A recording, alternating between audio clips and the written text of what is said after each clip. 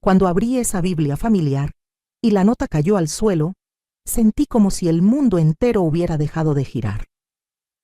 Si descubre la verdad, mátala. 7 palabras que transformaron a la esposa obediente que era en la mujer fuerte en la que me convertí. Buenos días, queridos míos. Soy Esperanza Morales. Tengo 60 años y hoy voy a compartir con ustedes una historia que he guardado en mi corazón durante más de 40 años. Era 1982 y yo tenía apenas 28 años. México atravesaba una crisis económica terrible con la devaluación del peso. Pero en nuestro pequeño pueblo en Michoacán, la vida continuaba a su ritmo tranquilo, como si el resto del mundo no existiera. Había estado casada durante 10 años con Roberto, un hombre que todos respetaban. Era el contador de la única caja de ahorros del pueblo. Siempre vestía trajes impecables y era considerado un ejemplo de honestidad y dedicación. Nuestra casa estaba en una calle empedrada, una construcción sencilla pero cómoda, con un pequeño jardín al frente, donde cultivaba mis geranios y bugambilias. Teníamos 2 hijos maravillosos, Miguel, de 8 años, un niño inteligente que amaba leer, y Carmen, de 6 años, una pequeña artista que llenaba página tras página con sus dibujos coloridos. Yo era lo que llamaban la esposa perfecta en esa época. Me levantaba antes que todos para preparar el desayuno. El aroma del café de olla y las tortillas recién hechas llenaba la casa, mientras alistaba a los niños para la escuela. Roberto tomaba su café, mientras leía el periódico que el muchacho repartidor dejaba en nuestra puerta cada mañana. Después de que todos se fueran, limpiaba la casa, lavaba la ropa a mano en el lavadero del patio y en mi tiempo libre cosía para una clientela selecta del pueblo. Fue mi madre quien me enseñó a coser. Decía, una mujer necesita un oficio en sus manos para nunca estar en necesidad. Poco sabía ella cómo ese consejo cambiaría mi destino. Nuestra vida parecía perfecta a los ojos de otros. Roberto era cariñoso cuando había visitas, traía regalos en fechas especiales y nunca faltaba comida en la mesa. Pero a puertas cerradas había silencios prolongados, ausencias inexplicables y esa sensación de que algo importante siempre se me escapaba. Viajaba frecuentemente por trabajo, especialmente el primer jueves de cada mes. Asuntos de la caja de ahorros, explicaba vagamente. Yo le creía, o tal vez quería creer. Después de todo, cuestionar no era bienvenido en nuestro hogar. Una vez, cuando le pedí más detalles sobre uno de estos viajes, me miró fríamente y dijo, «Tienes un techo sobre tu cabeza y comida en la mesa. No necesitas saber más que eso». En ese domingo, 15 de agosto de 1982, mi vida cambió para siempre. Lo recuerdo perfectamente porque era el día de la Asunción de la Virgen, una fecha muy importante para mi madre, que en paz descanse. Los niños estaban en casa de mi suegra, doña Amelia, para el almuerzo dominical. Roberto había salido temprano, diciendo que necesitaba resolver algunos papeles urgentes en la caja antes de una transferencia grande que ocurriría la semana siguiente. Yo estaba sola en casa, luchando contra una migraña terrible que había comenzado durante la noche. El dolor era tan intenso que creaba puntos brillantes en mi visión. Traté de acostarme, pero era imposible. Sabía que Roberto guardaba pastillas fuertes para el dolor en su oficina, medicamentos que traía de la Ciudad de México, que funcionaban mejor que cualquier té de hierbas que mi madre me había enseñado a hacer. La oficina de Roberto era territorio prohibido para mí y los niños. Un hombre necesita un espacio donde pueda pensar sin interrupciones, solía decir. La puerta siempre estaba cerrada, pero no con llave cuando él no estaba. Supongo que nunca imaginó que me atrevería a entrar sin su permiso. Ese día, sin embargo, el dolor habló más fuerte que el respeto a las reglas no escritas de nuestro matrimonio. Entré a la oficina buscando la medicina. El cuarto era sombrío, con un escritorio de madera oscura, un sillón de cuero y estantes llenos de libros que dudaba que realmente leyera. Había un olor característico en el aire, una mezcla de tabaco, papel viejo y esa colonia importada que usaba solo en viajes de negocios. Sabía que los medicamentos estaban en el cajón superior junto con otros artículos personales. Mientras buscaba entre plumas, clips y papeles, sentí un mareo fuerte. Me apoyé en el librero para evitar caerme, y en este movimiento desbalanceé algunos libros. La Biblia empastada en cuero, una reliquia familiar que Roberto exhibía con orgullo, aunque nunca la había visto abierta, cayó al suelo con un golpe sordo. La Biblia se abrió en la caída, y de entre sus páginas amarillentas se deslizó un pequeño papel doblado. Mi primer instinto fue poner todo de vuelta como estaba. Roberto estaría furioso si supiera que estaba tocando sus cosas, pero algo me hizo recoger ese papel. Con manos temblorosas, desdoblé la nota. La letra era de Eduardo, el gerente de la caja y mejor amigo de Roberto. La reconocí inmediatamente. Enviaba tarjetas navideñas cada año. El mensaje era corto y aterrador. Si descubre la verdad, mátala. Sentí que la sangre se congelaba en mis venas. El dolor de cabeza parecía haber desaparecido, reemplazado por un entumecimiento extraño. Las piernas se me debilitaron y tuve que sentarme en su sillón para evitar desmayarme. ¿Quién era ella? ¿Era yo? ¿Qué verdad era tan terrible que justificaría matarme? 1000 pensamientos corrieron por mi mente en esos segundos que parecían una eternidad. Cuidadosamente puse la nota exactamente donde estaba, entre las páginas de Proverbios, y regresé la Biblia al estante. Encontré las pastillas para el dolor, tomé una con agua de la cocina y me acosté en la sala, fingiendo descansar. Pero mi mente estaba acelerada. Cuando Roberto regresó con los niños al final de la tarde, yo ya había tomado mi decisión. No lo confrontaría directamente. Si esa nota significaba lo que temía, cuestionar a Roberto podría ser peligroso.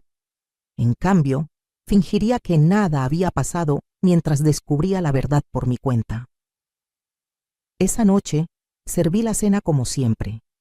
Escuché las historias de los niños sobre el almuerzo en casa de su abuela y me reí de los chistes sin gracia que Roberto contaba. Por fuera, era la misma esperanza de siempre. Por dentro, algo se había roto para siempre. Los días siguientes fueron un ejercicio de actuación.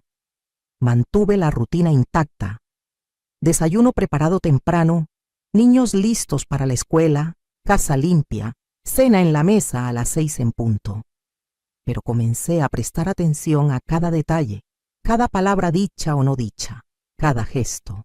Noté cómo Roberto cerraba con llave el cajón del escritorio cuando se iba, cómo escondía rápidamente papeles cuando yo entraba al cuarto, cómo hablaba en voz baja por teléfono cuando pensaba que estaba ocupada con los niños.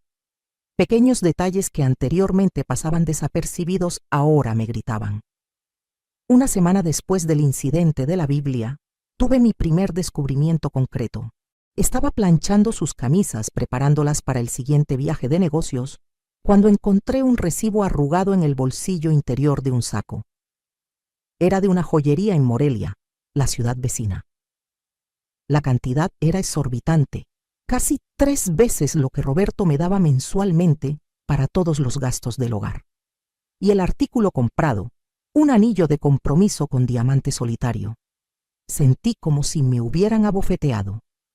Roberto nunca me había dado joyas costosas. Mi anillo de bodas era una pieza sencilla de oro, y yo tenía algunas joyas de fantasía familiares. ¿Para quién era ese anillo costoso?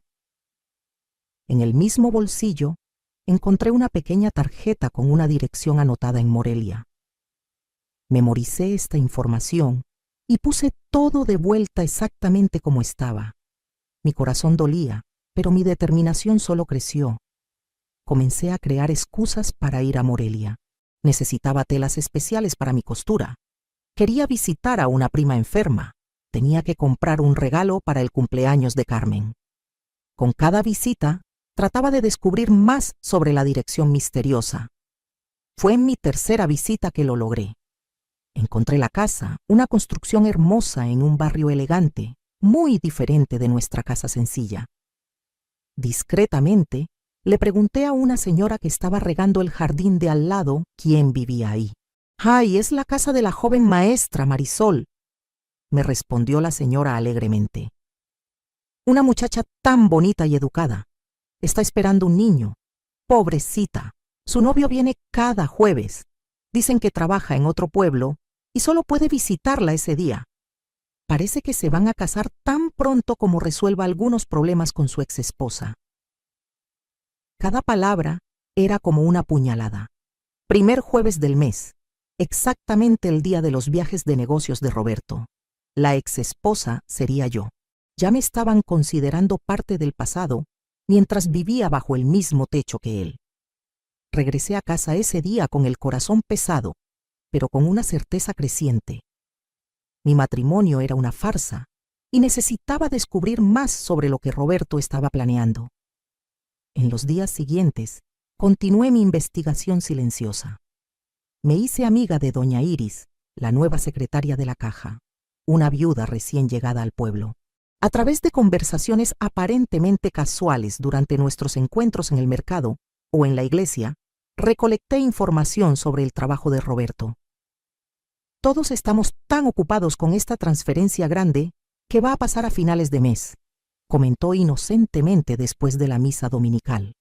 Su esposo y don Eduardo se quedaron hasta tarde revisando documentos. Nunca había visto tanto dinero junto en mi vida. La transferencia grande que Roberto había mencionado, y curiosamente, ya me había avisado que haría un viaje especial precisamente en esa fecha. Un viaje que podría durar más de lo usual. Las piezas comenzaron a encajar, formando un cuadro perturbador. Roberto y Eduardo estaban planeando desviar el dinero de la transferencia. La nota, el anillo, la casa en Morelia, la mujer embarazada, todo era parte de un plan. Robar el dinero de la caja y huir para comenzar una nueva vida con Marisol y el niño que estaba por nacer, abandonándome a mí y a los niños sin un peso, posiblemente sin vida. Fue entonces que recordé una llave extraña que había encontrado en su kit de afeitar meses antes. En ese momento, cuando le pregunté qué habría, dijo cortantemente que era de un cajón viejo de archivos en la caja y rápidamente la guardó. Ahora, esa llave ganó nuevo significado. Esperé hasta que se fuera al trabajo y los niños a la escuela y comencé a buscar. No estaba en el cajón cerrado del escritorio, ni en los bolsillos de sus trajes, ni en la caja de documentos importantes. Finalmente, la encontré escondida dentro de un libro falso en el estante. Irónicamente, un libro sobre ética empresarial. La llave abría una pequeña caja de metal escondida en el fondo del ropero, detrás de las maletas de viaje. Adentro, encontré más evidencia del plan: boletos de barco a Argentina a nombre de Roberto Morales y Marisol Olivares, documentos de identidad falsos y un paquete de cartas de amor firmadas por Marisol con referencias a nuestro futuro juntos y el bebé que pronto nos completará. La última carta era la más reciente, fechada apenas 2 semanas antes. «Mi amor, solo faltan 2 semanas para estar juntos para siempre. He arreglado todo como acordamos. La cuna del bebé ya está lista en el cuarto. No puedo esperar a comenzar nuestra vida real lejos de ese pueblo sofocante y esa mujer que nunca te mereció. Ten cuidado con los detalles finales del plan. Como siempre dice Eduardo, si ella descubre la verdad antes de tiempo, ya sabes lo que hay que hacer, pero sé que todo saldrá bien. Pronto seremos la familia que siempre soñamos ser. Con todo mi amor, Marisol». Las lágrimas corrían por mi cara mientras leía. 10 años de matrimonio, 2 hijos, miles de cenas servidas puntualmente, ropa lavada y planchada, noches despiertas cuidando niños enfermos. Todo esto sería desechado como basura, y peor, si yo descubría el plan, sería eliminada. En ese momento, sentada en el piso de la recámara con la evidencia de traición y crimen en mis manos, tomé una decisión que cambiaría el curso de mi vida para siempre. No sería una víctima, no sería eliminada. Usaría todo lo que descubrí para garantizar el futuro de mis hijos y mi propio futuro. Cuidadosamente, Puse todo de vuelta como estaba y cerré la caja, regresándola a su escondite. La llave regresó al libro falso en el estante. Nada revelaría que había descubierto la verdad. Ahora tenía solo 2 semanas hasta el gran robo. 2 semanas para elaborar mi propio plan. Y mientras preparaba la cena esa noche, sonriéndole a Roberto como si nada hubiera cambiado, ya sabía lo que necesitaba hacer. Mirando hacia atrás hoy, veo cómo esa migraña fue en realidad una bendición disfrazada. Si no hubiera entrado a esa oficina, si la Biblia no hubiera caído de esa manera, si la nota no se hubiera deslizado al suelo, mi historia tendría un final muy diferente. Después de descubrir toda la verdad, pasé la noche despierta. Los niños dormían tranquilos, sin imaginar que nuestro mundo estaba a punto de colapsar. Roberto roncaba a mi lado, su sueño pesado de alguien que no carga culpa alguna. Y yo, acostada con los ojos abiertos, vi la luz de la luna entrar por la ventana mientras planeaba cada paso de los días siguientes. Tenía exactamente 2 semanas hasta la fecha de la gran transferencia bancaria que pretendían robar. 2 semanas para actuar antes de que Roberto ejecutara su plan de escape con Marisol. 2 semanas para salvar mi vida y la de mis hijos. Temprano a la mañana siguiente, comencé a ejecutar mi plan. Primero, necesitaba mi propio dinero. No podía depender de los ahorros domésticos que Roberto controlaba rígidamente. Por suerte, había estado guardando en secreto el dinero de mi costura. No era mucho, pero sería suficiente para los primeros pasos. Las mujeres de mi tiempo no tenían cuentas de banco. Comenté a mi clienta más pudiente, doña Eulalia, viuda de un ganadero, mientras le ajustaba el vestido para la boda de su sobrina. Roberto dice que no necesitamos eso, que él se encarga de todo. ¡Qué tontería, Esperanza!, exclamó. Toda mujer necesita su propio dinero. Te llevo mañana al gerente del banco en Morelia. Eduardo y tu esposo nunca se enterarán. Así fue como abrí mi primera cuenta bancaria en otro banco en otra ciudad. Deposité todo el dinero que había ahorrado durante los últimos 5 años. Parecía poco para reiniciar una vida, pero era un comienzo. El segundo paso era recolectar evidencia. Necesitaba pruebas sólidas del esquema criminal, no solo las cartas de amor y los boletos. Si algo salía mal y Roberto notaba mis intenciones, yo sería la víctima perfecta, la esposa celosa inventando historias por venganza. En las mañanas, cuando Roberto salía más temprano al trabajo, me escurría a su oficina. Cuidadosa de dejar todo exactamente como lo encontraba, fotografié documentos con una pequeña cámara Kodak que había comprado en Morelia. Era una Instamática sencilla que cabía en la palma de mi mano, fácil de esconder entre mis telas e hilos de coser. Cada nuevo documento revelaba más detalles del esquema.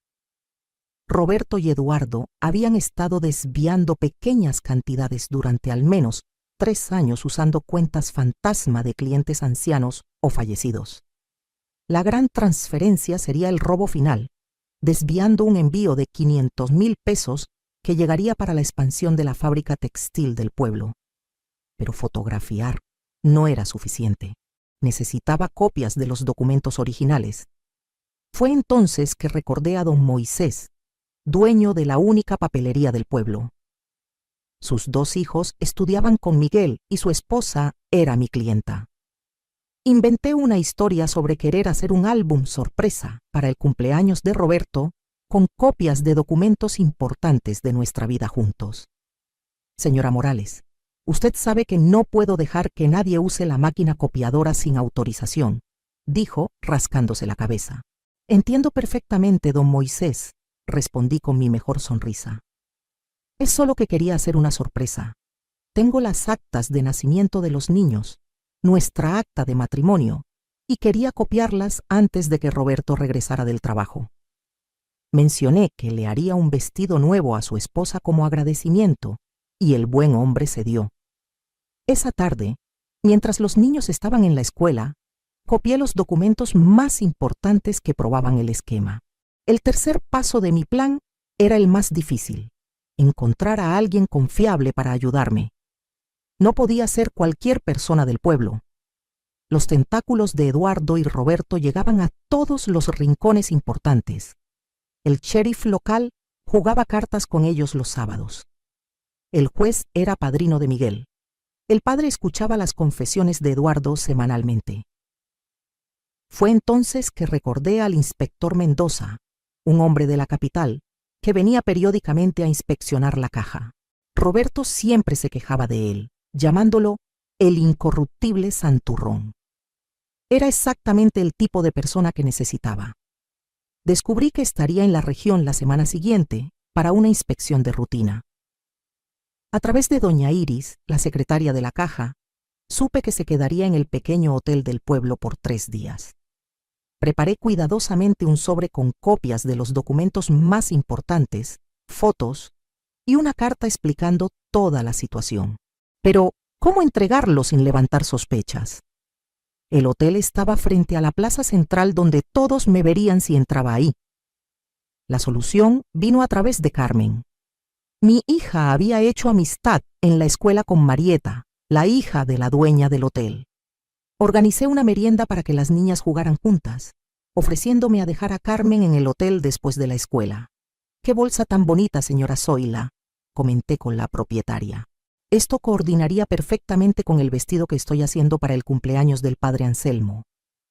¿Me la podría prestar para medir la correa? Prometí regresarla hoy». Me prestó la bolsa y cuando la regresé más tarde, el sobre estaba escondido en el forro interior. Junto con él, puse una nota pidiendo que se lo entregara al inspector Mendoza cuando llegara sin mencionar mi nombre. El cuarto paso era preparar nuestro futuro. Si todo salía bien, Roberto iría a la cárcel. Pero ¿qué sería de mí y de los niños? Una mujer divorciada con 2 niños pequeños en 1982 enfrentaría puertas cerradas en todas partes. Me reconecté con mi amiga de la infancia Luisa, que vivía en la capital y tenía un pequeño taller de costura. No le dije toda la verdad, solo que mi matrimonio se estaba acabando y que necesitaría trabajo pronto. «Ven acá, Esperanza. Realmente necesito una socia con tu talento. Hay un cuartito atrás del taller donde te puedes quedar hasta que te establezcas», dijo sin hacer muchas preguntas. Las amigas verdaderas son así.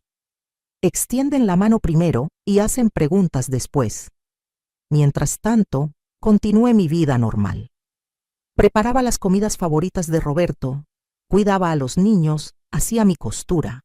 Por las noches, cuando todos dormían, separaba documentos, empacaba una maleta pequeña con lo esencial y calculaba mentalmente cuánto tiempo tomaría llegar a la capital si necesitábamos huir deprisa. La semana voló. Roberto estaba cada vez más nervioso, reuniéndose frecuentemente con Eduardo fuera del horario de trabajo. La víspera de la gran transferencia, noté que observaba a los niños durante la cena con una mirada extraña, casi melancólica. Estaba sintiendo remordimiento por abandonarlos. El miércoles, un día antes de que llegara el dinero a la caja, recibí una señal discreta de que mi plan estaba funcionando. Doña Iris pasó por mi casa con la excusa de encargar un vestido. El inspector Mendoza pidió documentos extra hoy de todas las transferencias de los últimos 6 meses. Me susurró mientras le tomaba las medidas. Don Eduardo y su esposo están blancos como papel. Mi corazón se aceleró. El inspector había recibido mi sobre, estaba investigando, pero el peligro también aumentaba. Si Roberto sospechaba, podría actuar antes de lo planeado.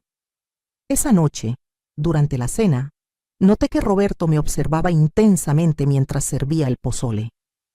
Su mirada alternaba entre mí y los niños, como si nos viera por última vez. Un escalofrío recorrió mi espalda. «Esperanza», dijo de repente, «creo que tendremos que cancelar ese paseo dominical con los niños. Tengo que resolver unos asuntos urgentes». El paseo estaba programado para el día después de la transferencia. Sería cuando planeaba desaparecer. «Por supuesto, querido», respondí naturalmente, sirviendo más pozole. «Los niños entenderán, ¿verdad, Miguel?»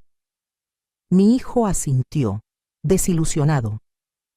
Carmen jugaba con su comida, ajena a la tensión que flotaba sobre la mesa. Después de acostar a los niños, encontré a Roberto en la oficina, encorvado sobre papeles.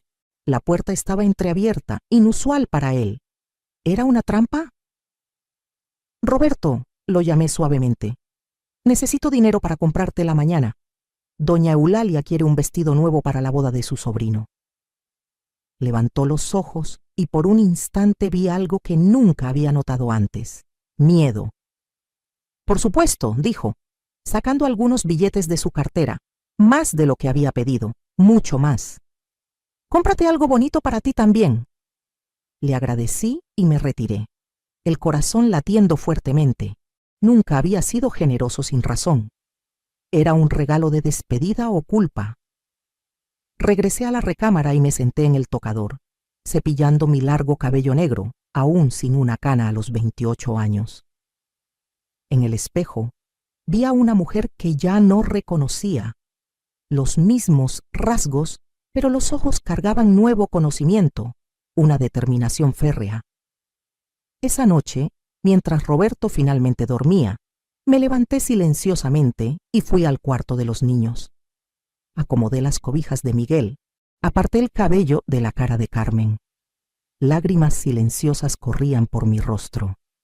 Me prometí que sin importar lo que pasara al día siguiente, ellos tendrían una vida de verdad, no basada en mentiras. De vuelta en la cama, no pude dormir. El reloj marcaba las horas lentamente, cada tic-tac recordándome que el tiempo se agotaba para Roberto, para su plan y para la vida que conocía. Amaneció. El día de la gran transferencia llegó con un cielo azul sin nubes. Vestí a los niños para la escuela. Preparé el desayuno como siempre. Roberto parecía distraído, revisando constantemente su reloj. Trabajaré hasta tarde hoy, anunció, evitando mi mirada. No me esperen para cenar. ¿Algún problema en la caja? Pregunté inocentemente, sirviendo más café. Dudó por un segundo. No, solo burocracia. Ya sabes cómo es. Antes de irse, hizo algo que rara vez hacía. Me besó la mejilla y abrazó largamente a los niños. Miguel notó la extrañeza, pero no dijo nada. Mi hijo siempre fue sensible a los cambios de humor. Después de que Roberto se fuera, me preparé para cualquier escenario. Separé documentos importantes, actas, cartillas de vacunación de los niños, algunas fotos familiares. Escondí dinero en diferentes lugares de la casa, en caso de que necesitara irme deprisa. Empaqué 2 bultos pequeños con ropa esencial escondidos bajo la cama. El día se arrastraba. Dejé a los niños en la escuela, hice compras en el mercado, cosí un vestido para la esposa del farmacéutico. Actividades normales de una ama de casa común, mientras por dentro era un volcán a punto de erupcionar. En la tarde, doña Iris pasó rápidamente por mi casa con el pretexto de probarse el vestido que le estaba haciendo. «Hay policías de la capital en la caja», me susurró mientras le ajustaba el dobladillo. Llegaron con el dinero para la transferencia. El inspector Mendoza está con ellos. Don Eduardo está encerrado en el cuarto con 3 hombres de traje. Su esposo trató de irse, pero le pidieron que se quedara. Le agradecí la información con un asentimiento, fingiendo concentrarme en mi trabajo. Cuando se fue, me senté en la silla de la máquina de coser temblando. Estaba pasando. Mi plan estaba funcionando. ¿Pero qué vendría después? Recogí a los niños de la escuela y los llevé a casa de mi cuñada Lucinda, hermana de Roberto, con la excusa de necesitar terminar un vestido urgente sin interrupciones. Si algo salía mal, al menos estarían seguros. Regresé a casa y esperé. El sol comenzaba a ponerse, tiñendo el cielo de naranja y rojo. Las horas pasaron sin noticias. La cena que preparé se enfriaba en la estufa. La casa, usualmente ruidosa con los juegos de los niños, estaba sumergida en un silencio opresivo. A las 8:00 escuché sirenas. Mi corazón casi se detuvo. Corrí a la ventana y vi 3 patrullas pasando rápidamente por la calle hacia el centro del pueblo donde estaba la caja. Media hora después, golpes fuertes en la puerta me sobresaltaron. Abrí con manos temblorosas, esperando encontrar policías. Era Lucinda, mi cuñada, pálida y sin aliento. Esperanza, ¿ya te enteraste? Roberto y Eduardo fueron arrestados. Están diciendo que trataron de robar el dinero de la transferencia para la fábrica textil. Un escándalo. Todo el pueblo está en la plaza. Fingí sorpresa y shock, agarrándome del marco de la puerta como si necesitara apoyo. No puede ser. Debe haber algún error. No hay error, respondió, entrando y cerrando la puerta detrás de ella. El inspector Mendoza recibió una denuncia anónima con evidencia, documentos, fotos, todo. Habían estado desviando dinero durante años, y había más. Dudó, mirándome con una mezcla de pena y vergüenza. ¿Pero qué, Lucinda?, pregunté, aunque ya sabía la respuesta. Encontraron boletos a Argentina a nombre de Roberto y una mujer llamada Marisol. Dicen que está embarazada en Morelia. Me dejé caer en la silla, cubriéndome la cara con las manos. No necesitaba fingir shock o dolor. Eran reales, aunque ya conocía toda la historia. Una cosa era descubrir la traición en secreto, otra era verla expuesta a todo el pueblo. Los niños, murmuré. ¿Están durmiendo bien en tu casa? Sí, respondió Lucinda sentándose a mi lado y tomando mi mano. Pueden quedarse el tiempo que sea necesario. Ahora necesitamos pensar en qué vas a hacer. ¿Qué iba a hacer? La pregunta resonó en mi mente mientras Lucinda hablaba sobre abogados, interrogatorios policiales y el escándalo inevitable que seguiría. Ya sabía la respuesta. Por supuesto, había planeado cada detalle en las últimas 2 semanas. Pero en ese momento, con la realidad finalmente estrellándose sobre mi cabeza, sentí una mezcla extraña de alivio y pavor. Mi esposo era un criminal. Estaba en la cárcel. Había traicionado no solo a mí, sino la confianza de toda una comunidad. Tenía otra mujer, otro hijo en camino, y según la nota, me habría matado si fuera necesario. La vida que conocía había terminado, pero de alguna manera estaba viva. Mis hijos estaban seguros, y por primera vez en 10 años de matrimonio, el futuro, incierto y aterrador como parecía, estaba en mis manos. Esa noche marcó el final de la esperanza que había sido hasta entonces, la esposa obediente, la ama de casa perfecta, la mujer invisible. Al día siguiente, cuando saliera el sol, comenzaría a forjar una nueva versión de mí misma. Y eso fue exactamente lo que hice. La noticia del arresto de Roberto y Eduardo se extendió como pólvora. Nuestro pequeño pueblo nunca había experimentado un escándalo de esa magnitud. La caja cerró por 3 días para una auditoría completa. Policías de la capital ocuparon la estación local. Periodistas de Morelia y hasta de la Ciudad de México llegaron para cubrir el caso del robo de la Biblia, como lo llamaron, por la nota encontrada entre las páginas sagradas. Me convertí de la noche a la mañana en la esposa traicionada del criminal. Las miradas me siguieron por las calles, algunas de lástima, otras de curiosidad maliciosa, como buscando señales de complicidad o ignorancia extrema en mí. ¿Cómo no me di cuenta? ¿Cómo no sospeché? ¿Qué hice mal para que me traicionara? La mañana después del arresto desperté en casa de Lucinda. Los niños aún dormían, agotados por el cambio de rutina. Recuerdo haber mirado por la ventana y visto un grupo de vecinas paradas en la banqueta, chismeando y señalando hacia la casa.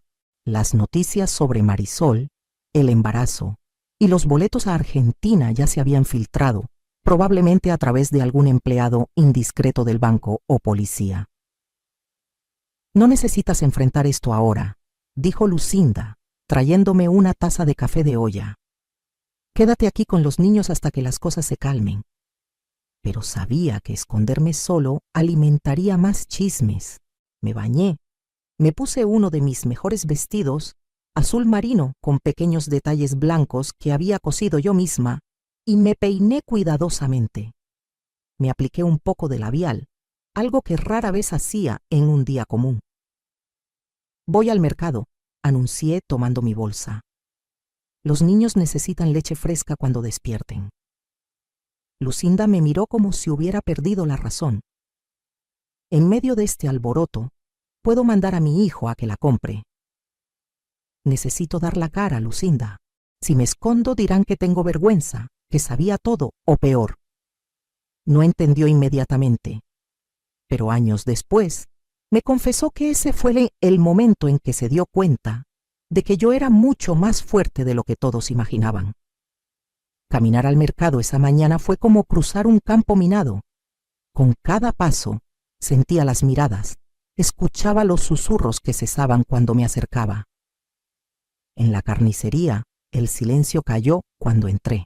Señoras con las que había intercambiado recetas durante años, de repente no sabían qué decir. Fue doña Zulmira, la dueña del hotel, quien rompió el hielo. Señora Morales, qué bueno verla. Justo comentaba qué valiente está haciendo con todo esto. ¿Necesita alguna ayuda con los niños? Le agradecí con una sonrisa educada. Compré lo que necesitaba y salí con la cabeza en alto. Por dentro temblaba como hoja en el viento, pero nunca les dejaría ver eso. Esa pequeña victoria enfrentando el mercado me dio fuerzas para lo que vendría después. En la comandancia, me informaron que necesitaba ir a la capital para dar una declaración. Las autoridades querían confirmar que no estaba involucrada en el esquema. El pensamiento de enfrentar a Roberto en un ambiente oficial me aterrorizaba, pero no tenía opción. Los niños estarán bien con Lucinda, me aseguró el comandante Valente, un hombre de mediana edad con ojos cansados. Regresará el mismo día. 3 días después del arresto, abordé el autobús de las 5:00 a.m. hacia la capital. Llevaba un conjunto gris sobrio que había pasado la noche anterior ajustando para que se viera impecable. Cargaba en mi bolsa las fotos de los niños, un pañuelo bordado que mi madre me había dado y el poco dinero que había logrado reunir. No sabía qué esperar. En la delegación central me llevaron a un cuarto donde me esperaban 3 hombres. El inspector Mendoza, a quien conocía solo de vista, un ministerio público y un secretario. Me ofrecieron café, que acepté más para tener algo que ocupara mis manos temblorosas que por sed. Señora Morales, comenzó el inspector Mendoza, queremos dejar claro que usted no está acusada de nada. Solo tratamos de entender todo el esquema. Su esposo y don Eduardo mantuvieron un sistema sofisticado de desvío de dinero durante al menos 3 años. Asentí, sintiendo un nudo en la garganta. ¿Estaba usted al tanto de estas actividades?, preguntó el Ministerio Público, observándome por encima de sus lentes. No, señor, respondí firmemente. Descubrí todo hace 2 semanas por casualidad. Les conté sobre la nota en la Biblia, las investigaciones que hice, los descubrimientos sobre Marisol. Omití solo que había sido yo quien envió anónimamente la evidencia al inspector Mendoza. Algo me dijo que mantuviera ese detalle en secreto. La declaración duró casi 4 horas. Me respondieron preguntas sobre el proceso legal. Me explicaron que probablemente perderíamos la casa, que estaba financiada por la Caja y que Roberto enfrentaría varios años de prisión. ¿Y qué pasa con ella?, pregunté, incapaz de pronunciar el nombre de Marisol. El inspector intercambió miradas con el Ministerio Público antes de responder. La señorita Olivares niega participación en el esquema criminal. Afirma que creía que su relación con el señor Morales era legítima, que se estaba divorciando. Está de 7 meses de embarazo y no será procesada a menos que surja evidencia de su participación. Sentí una opresión en el corazón, no de celos, sino de una extraña solidaridad. Tal vez ella también había sido engañada a su manera. Antes de irme, el inspector Mendoza me llamó en privado. Señora Morales, recibimos una denuncia anónima hace 2 semanas. Documentos, fotos, evidencia concreta del esquema. Fue usted, ¿verdad? Sostuve su mirada sin confirmar ni negar. Quien quiera que haya sido, continuó. Salvó no solo el dinero de la transferencia, sino que evitó que personas inocentes resultaran dañadas, incluyendo posiblemente a usted misma. Me entregó una tarjeta con su contacto en la capital. Si necesita algo, no dude en contactarme. Demostró un valor extraordinario. Regresé a casa esa noche con la certeza de que una fase de mi vida había terminado definitivamente. En el autobús, viendo el paisaje oscurecerse gradualmente, me hice una promesa. Los niños nunca sufrirían por las decisiones de su padre. Les daría una vida digna, llena de amor y honestidad. Los días siguientes fueron un torbellino. Recibí una notificación oficial para desalojar la casa en 30 días. La caja la reclamaría como parte de la compensación por las pérdidas. Tuve que explicar a los niños de la manera más delicada posible que su padre había hecho algo malo y estaría ausente por mucho tiempo. ¿Ya no nos quiere?, preguntó Carmen con sus ojitos grandes llenos de lágrimas. Lo que pasó no tiene nada que ver con el amor hacia ustedes, respondí abrazándola. A veces los adultos cometen errores graves y necesitan enfrentar las consecuencias, pero mamá está aquí y siempre estará. Miguel, mayor y más sensible, preguntó si podía visitar a su padre. Le prometí que cuando fuera posible y seguro lo llevaría. Esa promesa me costó más de lo que él jamás sabrá. Mientras tanto, el pueblo hervía con el escándalo. Algunos amigos se alejaron, temiendo la asociación con la familia del ladrón. Otros se acercaron, ofreciendo ayuda práctica, ropa para los niños, invitaciones a almorzar, pequeños trabajos de costura. Descubrí quiénes eran mis verdaderos amigos en esos días oscuros. Luisa, mi amiga de la capital, confirmó que podíamos quedarnos en el cuartito detrás de su taller. Comencé a planear nuestra mudanza, vendiendo los pocos muebles que me pertenecían, empacando recuerdos, decidiendo qué llevar a nuestra nueva vida. Una semana después del arresto, recibí una carta inesperada. Era de Marisol. Con letra delicada en papel perfumado, me pedía perdón por el sufrimiento causado, jurando que no sabía del plan criminal, ni que yo y los niños seríamos abandonados sin recursos. Me dijo que su matrimonio había terminado hace años, que solo permanecían juntos por las apariencias, escribía. Creí porque quería creer. Ahora cargo un niño que nacerá con su padre en prisión y un futuro incierto por delante. No pido su amistad, solo que sepa que yo también fui engañada. Doblé la carta cuidadosamente y la guardé. No respondí. No había nada que decir. Pero esas palabras plantaron una semilla que solo florecería años después. El día de la mudanza, vestí a los niños con su mejor ropa, puse nuestras pocas maletas en el taxi y eché un último vistazo a la casa donde había vivido 10 años. No sentí tristeza, solo un vago alivio. Esas paredes guardaban más mentiras que verdades. En la estación de autobuses, encontramos caras familiares que vinieron a despedirnos. Lucinda abrazó largamente a sus sobrinos, prometiendo visitarlos en vacaciones. Doña Eulalia me entregó discretamente un sobre. «Un pequeño préstamo», susurró. «Para empezar tu negocio. Sé que me pagarás cuando puedas». El viaje a la capital duró 4 horas, pero parecía que cruzábamos a otro planeta. Miguel miraba fascinado por la ventana, los edificios volviéndose más altos conforme nos acercábamos. Carmen dormía en mi regazo, agotada por la aventura. En cuanto a mí, observaba mi reflejo en el cristal de la ventana. Una mujer de 28 años, oficialmente separada, sin casa propia, con 2 hijos que criar y un futuro incierto por delante. Extrañamente, no sentía miedo. Por primera vez en muchos años, respiraba libremente. Luisa nos esperaba en la estación de autobuses. Su sonrisa amplia y sincera fue como un rayo de sol entre la neblina. Me abrazó largamente y luego se agachó para saludar a los niños. «Bienvenidos a su nueva vida», dijo simplemente. El cuartito detrás del taller era más pequeño de lo que imaginaba. Una cama matrimonial donde dormiríamos los 3, una mesita con 2 sillas, un ropero pequeño. El baño era compartido con el taller, pero estaba limpio. Tenía ventanas que dejaban entrar luz natural, y Luisa había puesto flores frescas en un jarrón colorido. «Es temporal», aseguró, ayudándonos a organizar nuestras cosas. Pronto tendrás tu propio espacio. Esa primera noche, después de que los niños finalmente se durmieron, agotados del viaje y las novedades, me senté en el pequeño patio trasero. El cielo de la capital era diferente.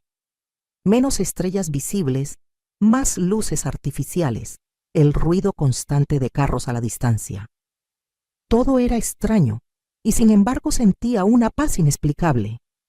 Ahí, bajo el cielo desconocido, juré que transformaría nuestra tragedia en triunfo. No sería solo la ex esposa del ladrón, la pobre mujer abandonada con 2 hijos. Sería Esperanza, costurera, madre, mujer independiente, alguien que encontró una nota amenazante y en lugar de convertirse en víctima, la usó como catalizador para su liberación. Los primeros meses fueron extremadamente duros. Trabajaba en el taller de Luisa durante el día haciendo arreglos y costuras sencillas. Por las noches, cuando los niños dormían, creaba mis propios modelos, soñando con el día que tendría mi propia clientela. Miguel y Carmen fueron inscritos en la escuela pública local. Bastante cambio para niños que venían de una escuela pequeña en un pueblo pequeño. El dinero se contaba peso por peso. Muchas noches, después de que los niños se acostaran, lloré en silencio, agotada del trabajo, preocupada por el futuro, herida por los recuerdos. Pero cuando salía el sol, me lavaba la cara, me aplicaba un poco de labial y enfrentaba otro día. Roberto fue sentenciado a 8 años de prisión. Eduardo recibió una sentencia más larga por ser el cerebro del esquema. Cuando la sentencia apareció en los periódicos, se la mostré a mis hijos no para alimentar rencor o dolor, sino para que entendieran que las acciones tienen consecuencias, que las decisiones definen destinos. ¿Podemos visitarlo?, preguntó Miguel otra vez. Cuando quieran, respondí. Cometió errores graves, pero sigue siendo su padre. La primera visita al penal fue una prueba. Ver a Roberto en uniforme, delgado y demacrado, hizo llorar a Carmen durante todo el encuentro. Miguel permaneció callado, observando a su padre como tratando de reconciliar esa imagen con sus recuerdos. ¿Están bien?, preguntó Roberto evitando mi mirada. Estamos empezando de nuevo, respondí simplemente. Los niños te extrañan. Trató de explicar, de decir que nunca tuvo intención de lastimarnos, que el plan se salió de control. No respondí. Algunas mentiras ni siquiera merecen el esfuerzo de ser negadas. Gradualmente, nuestra vida tomó forma en la capital. Luisa me enseñó nuevas técnicas de costura, me presentó clientes potenciales, compartió su conocimiento sobre el negocio de la moda. Después de 6 meses, tenía mis propios clientes, mujeres que apreciaban mi trabajo meticuloso y diseños elegantes pero prácticos. Con el dinero que ahorré y el préstamo de doña Eulalia, logramos rentar un departamento pequeño cerca de la escuela de los niños. 2 recámaras, una salita diminuta, una cocina donde apenas cabíamos los 3 para cenar, pero era nuestro. Compramos muebles de segunda mano, cosí cortinas coloridas, y Miguel pintó las paredes de su cuarto compartido con Carmen. Transformamos ese espacio rentado en un hogar. Por las noches, cuando finalmente tenía un momento solo para mí, pensaba en la mujer que era y la mujer en la que me estaba convirtiendo. El descubrimiento de esa nota siniestra en la Biblia lo había cambiado todo. No solo mi destino, sino quién era por dentro. La esposa sumisa e insegura se había quedado atrás, junto con la casa en Michoacán y las mentiras que la sostenían. A veces me preguntaba por Marisol y el niño. ¿Se habrían quedado en el pueblo enfrentando el estigma? ¿Habrían regresado con su familia? Ese bebé, medio hermano de mis hijos, ¿sabría algún día sobre Miguel y Carmen? La vida continuó su curso con pequeñas victorias diarias. Carmen aprendió a leer y devoraba todos los libros que podíamos pedir prestados de la biblioteca. Miguel sobresalía en matemáticas, soñando con ser ingeniero. Yo expandí mi clientela, mi reputación como costurera creció, y algunos vestidos de fiesta que creé fueron elogiados en columnas sociales de periódicos pequeños. Era 1984. Tenía 30 años y por primera vez desde que podía recordar, me sentía en control de mi propio destino. No era rica, no era fácil, pero era auténtico, era mío. Y fue entonces que el destino decidió traer otro giro a nuestra historia. Era un miércoles de octubre de 1984 cuando el pasado tocó a mi puerta. Literalmente. Acababa de cumplir 30 años y finalmente comenzaba a cosechar los frutos de mi trabajo duro. Mi pequeño atelier, instalado en la sala de nuestro departamento, ganó reconocimiento entre las señoras de clase media de la capital. No era lujoso como los grandes salones de moda, pero tenía clientas leales que apreciaban mi trabajo meticuloso y precios justos. Esa tarde lluviosa, estaba terminando un vestido de graduación para la hija de una clienta importante cuando alguien tocó la puerta.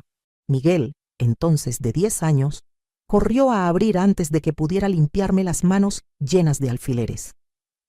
«¡Mamá!», me gritó con una voz vacilante que inmediatamente me alertó. «Hay una señora aquí con un bebé». Puse los alfileres en el alfiletero, me alisé rápidamente el cabello y fui a la puerta. Ahí, empapada por la lluvia y visiblemente nerviosa, estaba Marisol.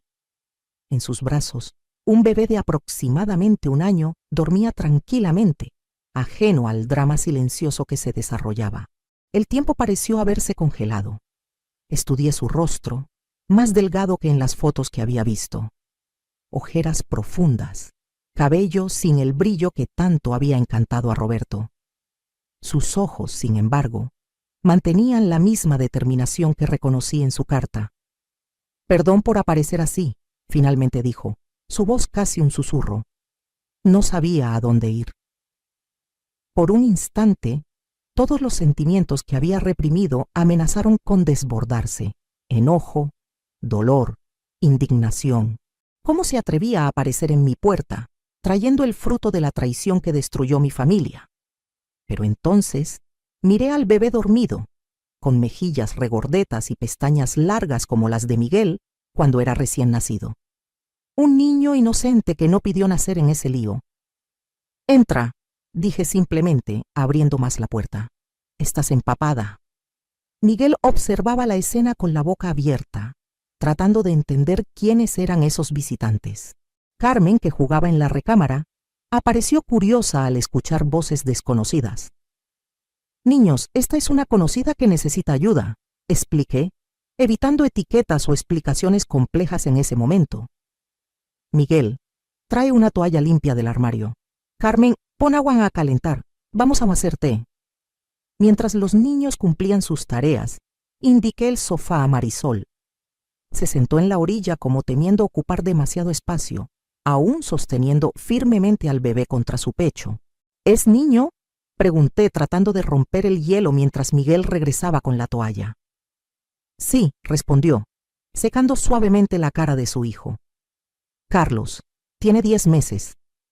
Ofrecí té y galletas que aceptó con manos temblorosas. Los niños, sintiendo la tensión en el aire, inventaron una excusa para ir a jugar en la recámara. Cuando finalmente estuvimos solas, Marisol comenzó a hablar, las palabras saliendo como una presa que se rompe después de contener agua por mucho tiempo. «Perdí todo, señora Morales. La casa en Morelia estaba rentada a nombre de Roberto. Me desalojaron poco después del escándalo. Regresé a casa de mis padres en Veracruz. Pero cuando nació Carlos, mi padre no pudo soportar la vergüenza de tener un nieto bastardo, como dijo. Nos echó». Hizo una pausa, sorbiendo el té para ganar valor. «Roberto dijo que vendría por nosotros cuando saliera de prisión. Prometió que estaríamos juntos, que compensaría todo. Le creí como siempre, pero la semana pasada recibí esto». De su bolsa mojada, sacó un sobre arrugado. Adentro una carta corta y fría, escrita en la letra que conocía tan bien. «Marisol, las circunstancias han cambiado.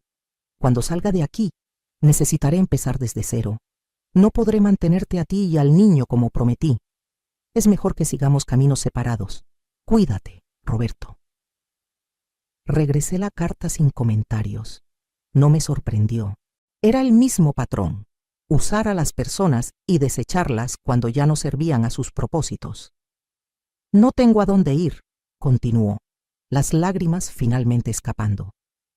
Estoy durmiendo en hoteles baratos. El dinero se está acabando. Escuché que abriste un taller, que estás reconstruyendo tu vida. No vine a pedir caridad, vine a pedir trabajo. Puedo limpiar, atender clientas, lo que sea. Solo necesito un inicio para cuidar a mi hijo.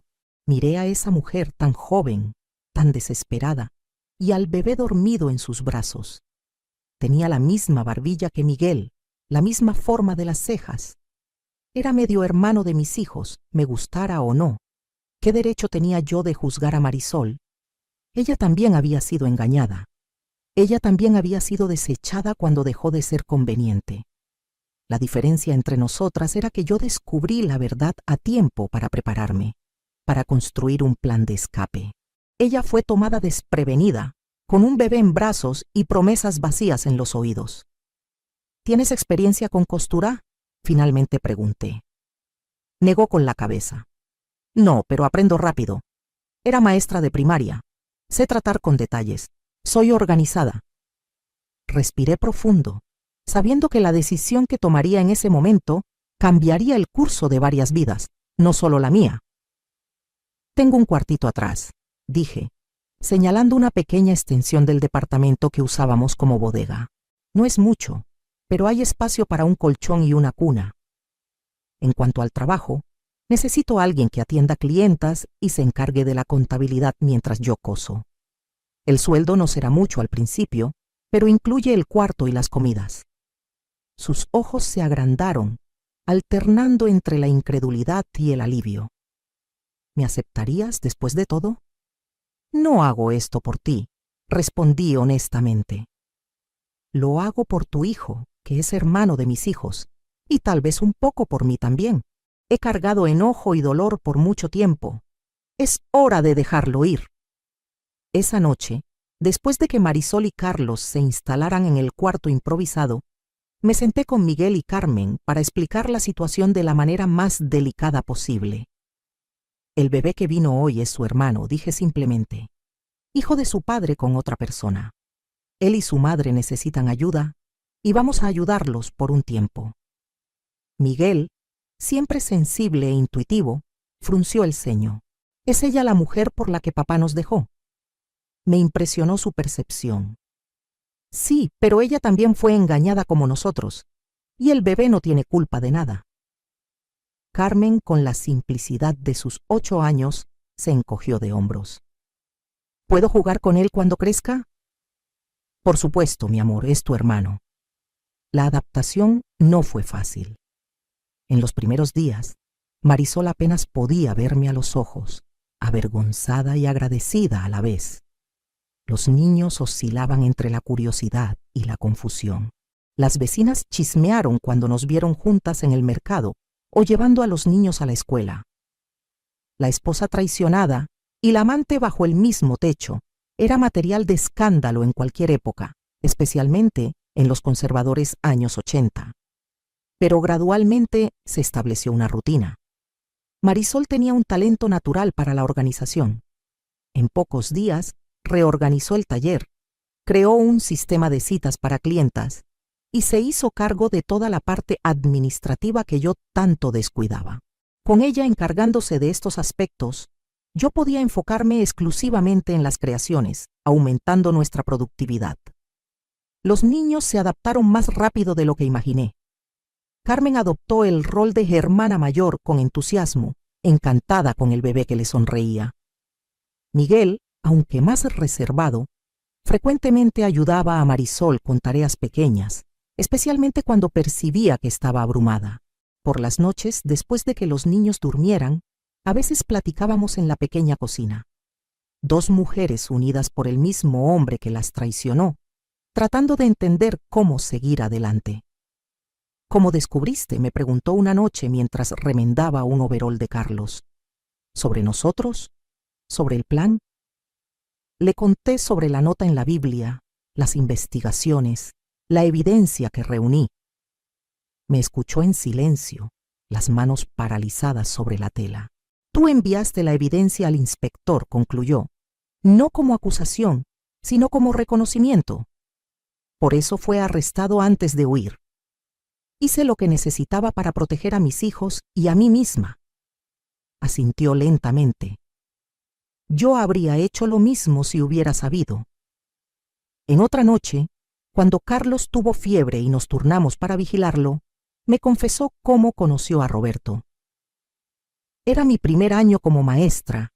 Él vino a la escuela para una plática sobre educación financiera para niños. Era tan encantador, tan atento. Dijo que estaba separado, que solo mantenía las apariencias en el pueblo por su posición en la caja. Creí cada palabra. No era difícil entender cómo había sido engañada. Yo misma, que viví 10 años con él, nunca sospeché su duplicidad hasta que encontré esa nota. Los meses pasaron y algo inesperado sucedió. Comenzamos a funcionar como una familia poco convencional. Compartíamos responsabilidades, comidas, pequeñas alegrías y preocupaciones diarias. Marisol se reveló como una excelente narradora, encantando a los 3 niños antes de dormir. Yo le enseñé los secretos de la costura, sorprendida por su habilidad para aprender técnicas complejas. El taller prosperó. Con Marisol organizando la parte administrativa, pude aceptar más pedidos, incluyendo vestidos de novia que pagaban mejor. A finales de 1985, nos mudamos a un espacio más grande, un departamento de 3 recámaras en el mismo barrio, con una sala espaciosa que transformamos en un taller más profesional. Fue en esta época que recibí una visita inesperada. Estaba sola en el taller terminando un vestido cuando sonó el timbre. «Señora Morales», dijo el portero, «hay un señor llamado Eduardo que quiere hablar con usted». ¿Eduardo?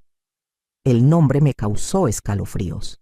El exgerente de la caja, socio de Roberto en el esquema fraudulento, el autor de la nota que había cambiado mi vida. «Que suba», decidí después de un momento de vacilación. El hombre que entró a mi taller era irreconocible. El Eduardo que conocía era elegante, siempre en traje bien cortado y cabello impecable. Este hombre estaba delgado, pálido, con cabello prematuramente gris y ojeras profundas. «Gracias por recibirme», dijo, rechazando el café que le ofrecí. «Salí hace 3 días, sentencia reducida por buen comportamiento». Permanecí en silencio, esperando que explicara la razón de la visita. «Vine a pedir perdón», continuó mirando sus propias manos. «Sé que no lo merezco, que probablemente me odias. La nota fue idea de Roberto. Temía que descubrieras sobre Marisol, sobre el dinero. Dijo que era solo una precaución, que nunca se usaría. Creí o quise creer». «¿Por qué me dices esto ahora?», pregunté, manteniendo mi distancia. «Porque pasé 3 años en prisión pensando en el hombre en que me convertí, en lo que casi te hicimos a ti, a los niños. Roberto no siente remordimiento, ¿sabes? Culpa a todos menos a sí mismo. Pero yo no puedo vivir con este peso más. Estudié su rostro buscando señales de manipulación, pero solo vi agotamiento y vergüenza genuina». «¿Qué piensas hacer ahora?», pregunté. «Regresar a mi pueblo natal en el sur. Mi hermano tiene un pequeño negocio ahí. Prometió darme una oportunidad. Sé que nunca podré compensar completamente el daño que causé, pero quiero tratar de vivir honestamente de ahora en adelante». Cuando se levantó para irse, dijo algo que me sorprendió. «Tu denuncia salvó muchas vidas, ¿lo sabías? No solo la tuya. Si hubiéramos logrado huir con ese dinero, muchas familias habrían perdido sus ahorros. Se habrían destruido empleos cuando la fábrica no pudiera expandirse. Tu valor marcó más diferencia de la que imaginas». Después de que se fue, me quedé parada en la ventana por mucho tiempo, viendo la calle ocupada abajo. La visita de Eduardo trajo recuerdos que trataba de mantener enterrados, pero también trajo una extraña sensación de cierre. El hombre que había escrito esas palabras amenazantes estaba arrepentido, buscando redención. Eso no borraba el pasado, pero de alguna manera hacía el presente más ligero. Cuando Marisol regresó con los niños de la escuela, no mencioné la visita. Algunos puentes con el pasado es mejor dejarlos atrás. 1986 trajo nuevos desafíos y oportunidades. Miguel, ahora de 12 años, se destacaba cada vez más en la escuela, especialmente en ciencias y matemáticas. Carmen, a los 10, revelaba talento para el dibujo. Sus ilustraciones comenzaron a inspirar a algunos de mis modelos. Carlos, casi de 3 años, era un niño feliz y curioso que me decía tía Esperanza y a Marisol simplemente mamá, sin entender aún la complejidad de nuestra situación. Fue en este año que tomamos una decisión que cambiaría definitivamente el rumbo de nuestras vidas.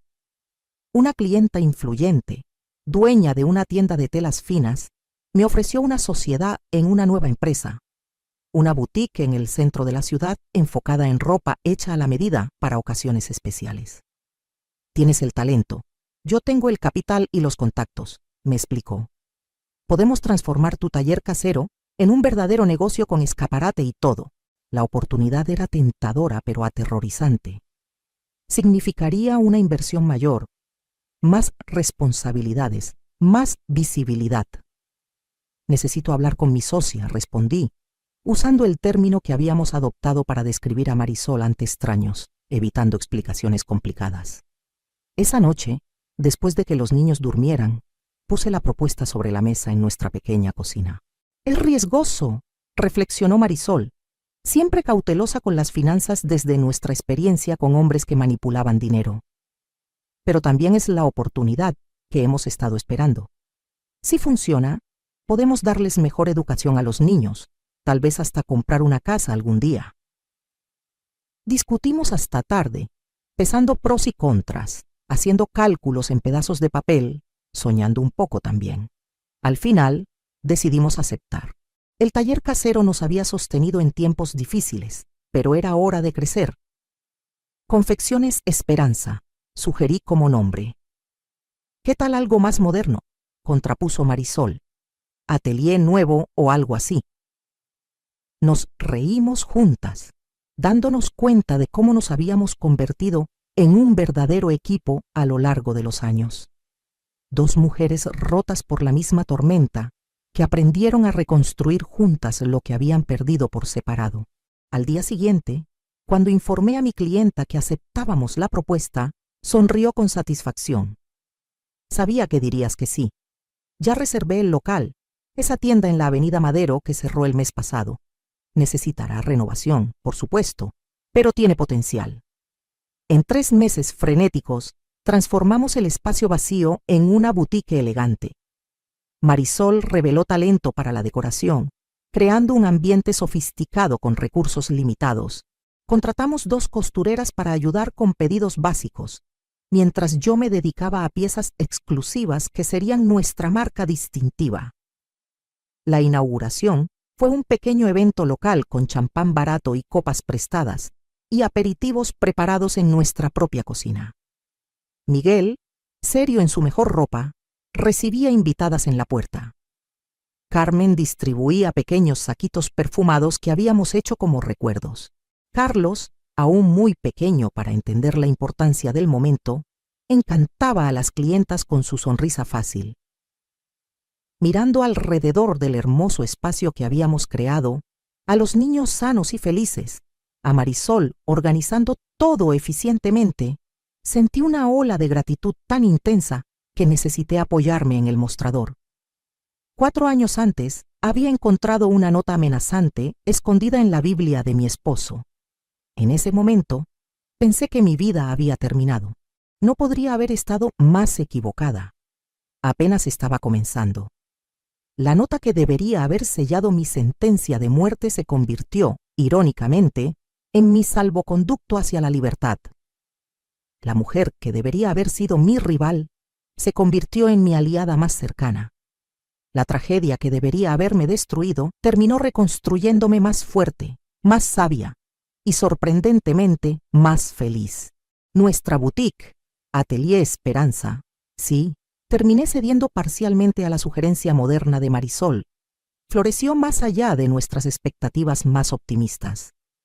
De 1986 a 1988, pasamos de un pequeño espacio en la Avenida Madero a una tienda elegante con amplio escaparate en la zona rosa, un área prestigiosa de la capital. Lo que comenzó como un taller de costura a la medida se transformó en una referencia de moda para ocasiones especiales. Recuerdo el orgullo que sentí cuando en 1988 uno de mis vestidos de novia fue fotografiado para una revista femenina. Yo, Esperanza, la mujer que 5 años antes enfrentaba el escándalo de ser la esposa del ladrón, ahora veía mi creación estampada en páginas brillantes con el pie de foto. Elegancia firmada por Esperanza. Marisol se reveló no solo como una excelente administradora, sino también como una visionaria para los negocios. Fue su idea expandir a una pequeña línea de vestidos listos para usar, más accesibles que los hechos a la medida, pero manteniendo la calidad que nos caracterizaba. Creamos la línea Joven Esperanza, inspirada en los dibujos de Carmen, ya una adolescente con evidente talento artístico. Nuestra sociedad inusual, la esposa traicionada y la ex amante, se convirtió en tema discreto en los círculos sociales de la ciudad. Algunas personas torcían la nariz, encontrando escandaloso el arreglo. Otras admiraban nuestra capacidad de superar el pasado por el bien de los niños y el futuro. La mayoría, afortunadamente, estaba demasiado ocupada con sus propios dramas para preocuparse por el nuestro. Los niños crecieron sanos, cada uno con su personalidad distinta. Miguel, a los 14 años, era un adolescente serio y estudioso, fascinado por la ingeniería y las ciencias. Carmen, a los 12, ya mostraba el temperamento artístico que marcaría su vida, siempre con un cuaderno de dibujos bajo el brazo. Y Carlos, a los 5 años, era un niño feliz y sociable, adorado por todos en el taller. Nuestra familia poco convencional ahora vivía en una casa espaciosa en la Colonia del Valle, con un jardín donde los niños podían jugar y un taller en la parte trasera, donde yo creaba mis modelos cuando necesitaba silencio. Teníamos 2 empleadas que nos ayudaban con la casa y los niños, un lujo impensable pocos años antes. La vida finalmente parecía estabilizada, como un barco que encuentra aguas tranquilas después de una tormenta violenta. Hasta que una tarde de junio de 1989, el pasado vino a visitarnos otra vez. Estaba en el taller ajustando un vestido de graduación para una clienta cuando nuestra recepcionista entró vacilante. «Señora Morales, hay un hombre que quiere hablar con usted. Dice que es el señor Roberto Morales». El alfiler que sostenía se me resbaló entre los dedos, pinchándome ligeramente la piel. Roberto. Después de 7 años en prisión, estaba libre. Un hecho que sabía que eventualmente sucedería, pero para el que nunca me sentí completamente preparada. «Dile que estoy ocupada», respondí automáticamente. Un reflejo de autoprotección, pero entonces, mirando a mi clienta en el espejo, una joven de 18 años a punto de graduarse, toda la vida por delante, pensé en la mujer en que me había convertido. Ya no era esa esposa insegura, intimidada por la mera presencia de mi marido. Era una empresaria, una madre, una mujer que había reconstruido su vida desde las cenizas. «No, pídele que espere en la sala de recepción. Termino en 15 minutos». Completé el ajuste con manos que se negaron a temblar. Programé la prueba final del vestido y respiré profundo antes de caminar hacia la recepción. Roberto estaba sentado rígidamente en uno de los sillones elegantes, viéndose fuera de lugar en ese ambiente femenino y sofisticado. Los años en prisión habían envejecido su rostro, blanqueado completamente su cabello antes negro. Llevaba un traje sencillo, limpio pero pasado de moda, probablemente comprado antes de su encarcelamiento. Nuestras miradas se encontraron, y por un instante fui transportada de vuelta a esa cocina en 1982, preparando desayuno para un hombre que planeaba abandonarme. O peor. «Esperanza», dijo, poniéndose de pie. «Roberto, respondí con una calma que me sorprendió a mí misma. Hablemos en mi oficina. Lo guié a través del taller, consciente de las miradas curiosas de las costureras y asistentes. Muchas de ellas conocían mi historia, o al menos partes de ella. Ver al infame ex esposo era como presenciar que un personaje de leyenda cobrara vida. Mi oficina era un espacio que reflejaba en quién me había convertido. Organizada, elegante, sin ostentación, con los dibujos de Carmen enmarcados en las paredes y una mesa grande donde podía tanto diseñar modelos como revisar contratos. «Has construido algo impresionante aquí», comentó observando el ambiente. «¿Qué quieres, Roberto?», pregunté directamente, indicándole que se sentara mientras yo tomaba mi lugar detrás del escritorio. La dinámica de poder entre nosotros era claramente diferente ahora. «Ver a mis hijos», respondió, mirando un portarretratos en mi escritorio que mostraba a Miguel y Carmen en su graduación de secundaria. «Salí hace una semana. Estoy viviendo en una pensión cerca de aquí. Miguel tiene 15 años ahora. Carmen, 13. Ya no son los niños que dejaste atrás». «Lo sé», dijo, frotándose las manos nerviosamente. «Recibí las cartas y fotos que enviaste. Gracias por eso, por mantener esa conexión, aún después de todo».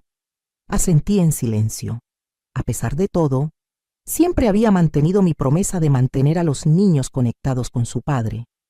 Enviaba fotos, reportes escolares, noticias importantes. Les permitía visitarlo cuando mostraban interés. Aunque estas visitas se habían vuelto cada vez más raras con los años. «También quiero ver a Carlos», agregó sorprendiéndome.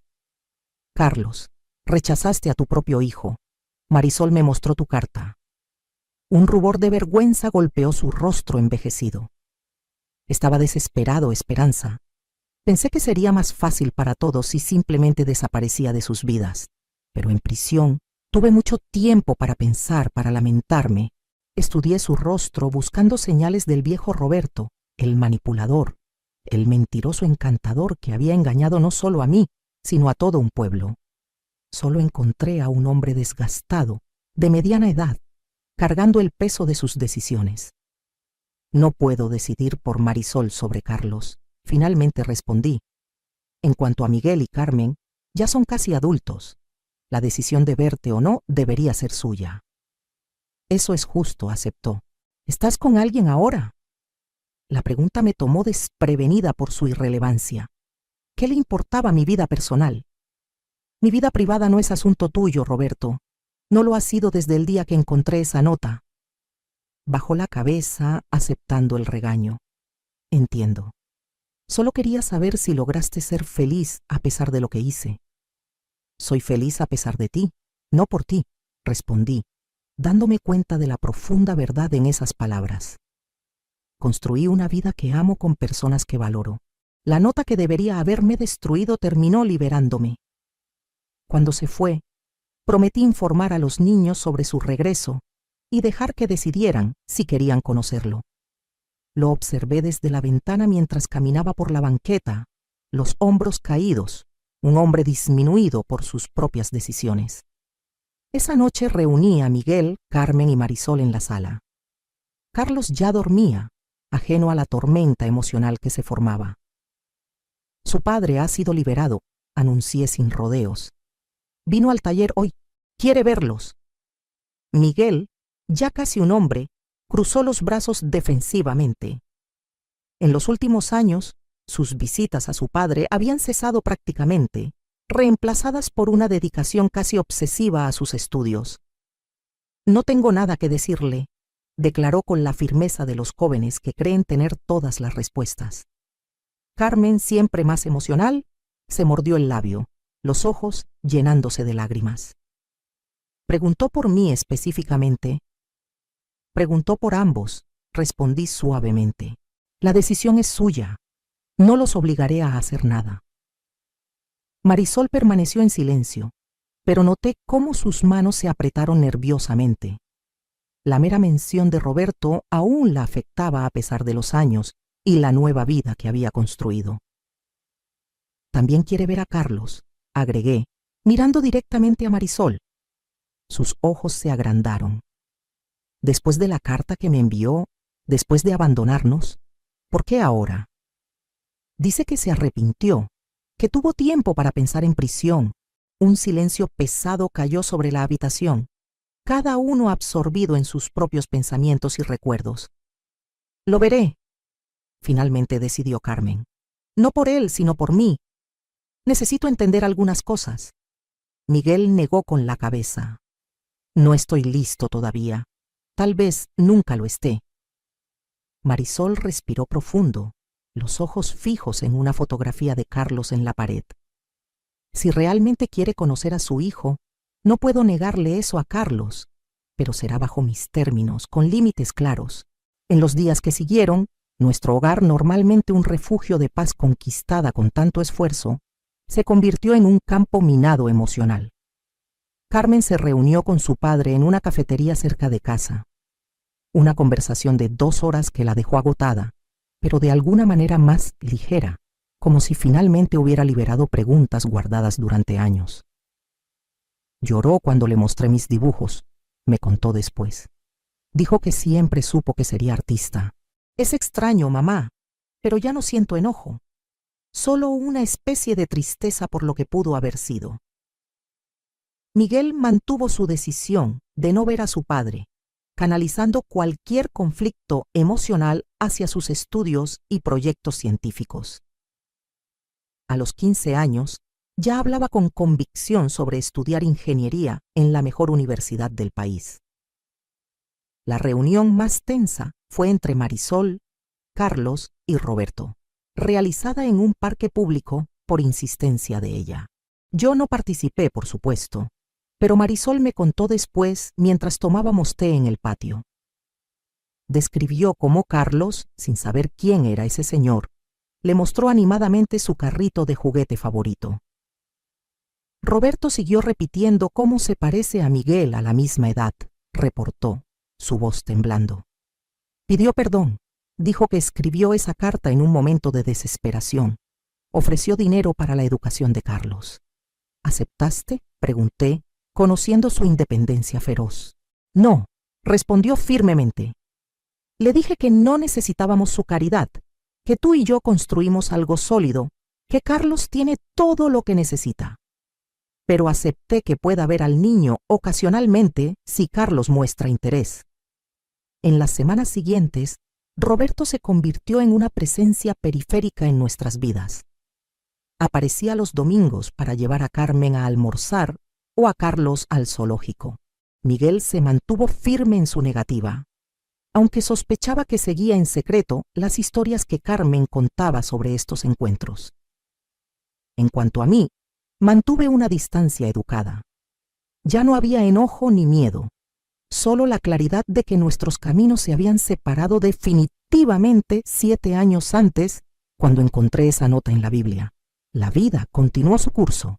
Nuestra boutique siguió prosperando, expandiéndose a una segunda tienda en un centro comercial recién inaugurado, un concepto nuevo en esa época.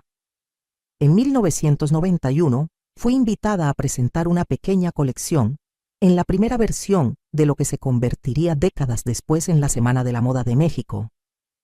Miguel se graduó con honores de la preparatoria y fue aceptado en el Tecnológico de Monterrey, realizando su sueño de estudiar ingeniería.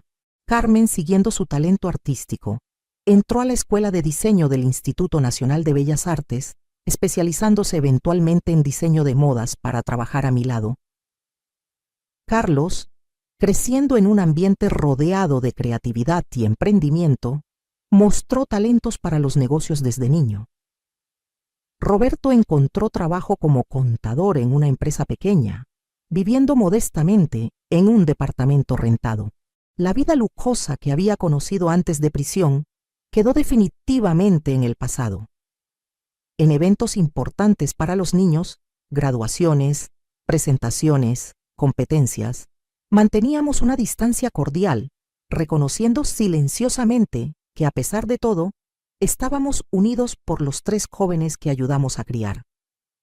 Fue en 1993, casi 11 años después del descubrimiento de la nota fatídica, que el ciclo finalmente se completó. Estaba en mi taller trabajando en los detalles finales de un vestido de novia, cuando mi asistente me interrumpió. Señora Morales, hay una pareja aquí que quiere hablar específicamente con usted sobre un vestido de novia exclusivo. Me alicé el cabello, ahora con algunas canas que llevaba con orgullo, y fui a la sala de recepción. Ahí, tomados de la mano, estaban Eduardo, el ex gerente de la caja, autor de la nota, y una mujer aproximadamente de su edad, con una sonrisa tímida. Eduardo, lo saludé sorprendida. No lo había visto desde su visita años atrás, poco después de salir de prisión. Señora Morales, respondió, visiblemente nervioso. Esta es Elena, mi prometida. Nos casamos el próximo mes. Una ceremonia sencilla. Cuando estábamos buscando a alguien que hiciera su vestido, su nombre apareció en todas las recomendaciones. No sabía si sería bienvenido, pero... Elena apretó su mano alentadoramente. Él me contó sobre su pasado, sobre su conexión con la señora Morales, explicó. Sé que es pedir mucho, pero me sentiría honrada si considerara crear mi vestido. Miré a ese hombre que una vez había escrito las palabras «Si descubre la verdad, mátala», y a su prometida que lo aceptaba a pesar de su pasado oscuro. La ironía de la situación no se me escapó. El hombre que había participado en un plan que casi destruye mi vida, ahora venía a mí buscando ayuda para celebrar su amor. 11 años antes, habría rechazado inmediatamente, movida por heridas y resentimientos justificados. Pero la mujer que era ahora entendía algo sobre segundas oportunidades, sobre nuevos comienzos, sobre transformar tragedias en triunfos. Ven conmigo, Elena, dije, guiándola al estudio de pruebas. Platiquemos sobre lo que imaginas para tu gran día. En los meses y años que siguieron, nuestra historia continuó desenvolviéndose en direcciones que nunca podría haber predicho. Miguel se graduó como ingeniero y eventualmente abrió su propia empresa constructora. Carmen se convirtió en mi socia creativa en el taller, trayendo aire fresco a mis creaciones tradicionales. Carlos, con apoyo tanto de Marisol como de Roberto, entró a administración de empresas, eventualmente haciéndose cargo de la gestión del negocio que Marisol y yo construimos. Marisol y yo nunca nos separamos, ni como socias ni como familia. Esa situación temporal se transformó en una sociedad de por vida basada en respeto mutuo, entendimiento profundo y un amor compartido por los 3 niños que criamos juntas. Muchos no entendían nuestra dinámica, pero aprendimos a ignorar los juicios externos hace mucho tiempo. Roberto falleció en 2008 tras un infarto súbito. En el funeral estuvimos todos ahí, Miguel, Carmen, Carlos, yo, Marisol, no por amor romántico perdido, sino por respeto al hombre que, a pesar de sus enormes errores, nos había conectado de maneras que ninguno de nosotros podría haber imaginado. Hoy, a los 60 años, miro hacia atrás y veo cómo una simple nota escondida en una Biblia alteró completamente el curso de mi existencia. Lo que debería haber sido mi sentencia de muerte se convirtió, irónicamente, en el catalizador para una vida plena y auténtica. Ahora tengo 6 nietos maravillosos. La boutique se transformó en una marca respetada nacionalmente, aunque me retiré oficialmente hace algunos años, dejando el negocio en las manos capaces de Carmen y Carlos. Marisol y yo aún vivimos juntas, 2 señoras mayores que compartieron tanto que se volvieron prácticamente hermanas. A veces, cuando estamos reunidas para un almuerzo dominical, mis hijos, nietos, Marisol, pienso en esa mujer asustada de 28 años, temblando mientras leía una nota amenazante, sin idea de cómo enfrentaría el futuro. Me gustaría poder regresar en el tiempo y susurrarle al oído: valor, esperanza. Lo que parece el final de todo es solo el comienzo de algo extraordinario. La tormenta es brutal, pero lo que construirás después será más fuerte y más hermoso de lo que jamás imaginaste. Eso es lo que me gustaría dejarles hoy, queridos míos. Cualquier tormenta que estén enfrentando, sepan que puede ser el comienzo de algo nuevo, no el final de todo. A veces necesitamos que algo se rompa completamente para poder construir algo mucho más hermoso en su lugar. Si esta historia tocó su corazón, compartan estos recuerdos con alguien que necesite escuchar un mensaje de esperanza. Díganme en los comentarios si alguna gran dificultad se transformó alguna vez en una bendición en su vida. Un abrazo cariñoso de esta abuela que aprendió que no son los eventos los que definen nuestras vidas, sino cómo elegimos responder a ellos.